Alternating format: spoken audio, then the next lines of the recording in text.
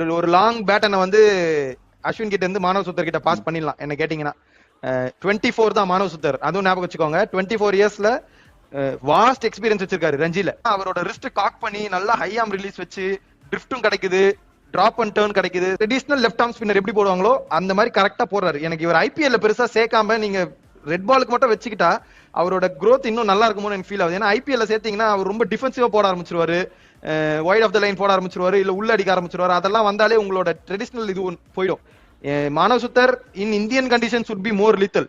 Australia வரும்போது உங்களுக்கு தெரியும் பால் இருக்கு ஒண்ணு இருக்கு, அது வந்து ரெகுலரா போடுறது இல்ல. அவரு டர்ன் தான் போட்டே இருக்காரு, திடீர்னு ஒண்ணு உள்ள விட்டுறாரு. நான் சும்மா இது கமெண்ட்ரியில கேட்டுட்டு இருந்தேன், அது வந்து அவரோட ஸ்டாக் பால் கிடையாது. அவர் இப்பதான் அது கொஞ்சம் கொஞ்சமா இது பண்ணிட்டு இருக்காருன்னு. ஏன்னா ரஞ்சில அவ்வளவு பெருசா அது போட மாட்டாராம், இப்பதான் வந்து பிராக்டிஸ் பண்ணி எனக்கு தெரிஞ்சு ஜடேஜா இருந்து ஊறி இருப்பாருன்னு நினைக்கிறேன். டேர்ன் ஆனா பெருசாகும். ஏன்னா காக்கு ரிஸ்ட் போடுவார் அவர். நீங்க லோட் அப்ல பாத்தீங்கன்னா தெரியும், கை இங்க வச்சு காக் பண்ணி போடுவார் ரிஸ்ட். அந்த மாதிரி ரிஸ்ட் இருக்கும் போதே உங்களுக்கு ரொட்டேஷன் நிறைய கிடைக்கும் அந்த மாதிரி ஸ்பின்னர்ஸ்க்கு.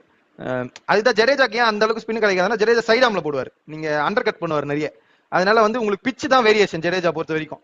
ஒரு பால் திரும்ப ஒரு பால் திரும்பாது, அது ஜடேஜாக்கே தெரியாது. சோ 2 மேட்ச்லயே 5 எடுத்திருக்காரு, ஒரு மேட்ச்ல 10 விக்கெட் இந்த மேட்ச் எடுத்திருக்காருன்றப்போ தெளிவா படம் போட்டு காமிச்ச மாதிரி தான். இனிமே நான் தான். பட் ஆனா ஒரு சைட்ல கண்டிப்பா மானவ் சுத்தர் இருக்க போறாரு. அவர் போட்டதுக்கும் சரி, அவர் கையில இந்த பால் வந்ததுக்கும் சரி 100% எனக்கு தெரிஞ்சு அவர் பிளேஸ் நிரந்தரமா இந்த மாதிரி எழுதிடலாம் நீங்க.